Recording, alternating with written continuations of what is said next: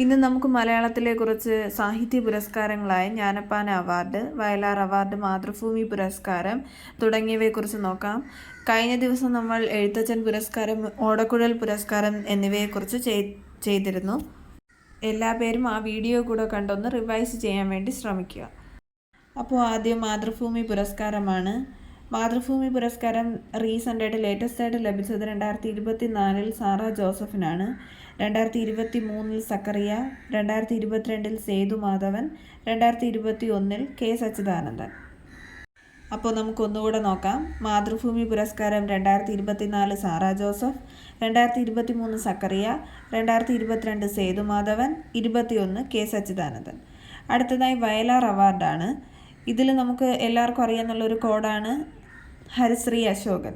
ഇപ്പോൾ 2022 എസ് ഹരീഷ്, 2023 ശ്രീകുമാരൻ തമ്പി, 2024 അശോകൻ ചെരുവിൽ. അപ്പോൾ PSCയുടെ ലേറ്റസ്റ്റ് ആയിട്ടുള്ള എക്സാംസ് നമ്മൾ നോക്കുകയാണെങ്കിൽ 2021 ഫാക്റ്റും എക്സാംസിന് ചോദിച്ചതായിട്ട് ഇപ്പോൾ കണ്ടുവരുന്നുണ്ട്. അപ്പോൾ 2021 വയലാർ അവാർഡ് ലഭിച്ചത് ബെന്യാമിനാണ്. അപ്പോൾ നമുക്കൊന്നുകൂടെ നോക്കാം.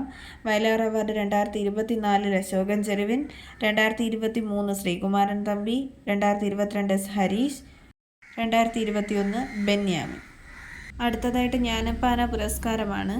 ജ്ഞാനപ്പാന പുരസ്കാരം 2025 KP Sankaran, 2024 Radhakrishnan Kakkassery, 2023 V Madhusoodanan Nair, 2022 K Jayakumar, 2021 KB Sreedevi. അപ്പോൾ ഒന്നുകൂടെ നോക്കാം. 2025 KB Sankaran, 2024 Radhakrishnan Kakkassery, 2023 V Madhusoodanan Nair, 2022 K Jayakumar, 2021 KB Sridevi.